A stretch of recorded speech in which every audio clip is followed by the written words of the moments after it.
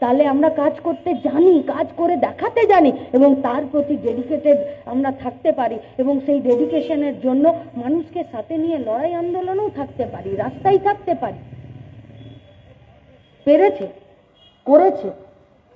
তাই নভেম্বরের মাসে, লেনিনের মাসে, শিক্ষা, সংস্কৃতি, কাজ, বাসস্থান, বিজ্ঞান, প্রযুক্তির উন্নতির মাসে, শুরু করার মাসে, এই সন্ধ্যাবেলায় আজকে এই ভবানীপুর ট্যাক্সি স্ট্যান্ডে, হ্যাঁ, পাঠাগারের, আসলে আমাকে যে লোকেশনটা দিয়েছিল এটা দুইটা ছিল, পাঠাগারের এই এলাকাতে যারাই আমাদের সঙ্গে উপস্থিত হলেন, যারা উপস্থিত হলেন না, যারা দূরে দাঁড়িয়ে শুনছেন, যারা বোঝার চেষ্টা করছেন, আপনাদের সবার কাছে আমাদের অঙ্গীকার এটাই, এ ব্যবস্থার বদল সম্ভব যদি রাজনীতি পরিষ্কার হয়।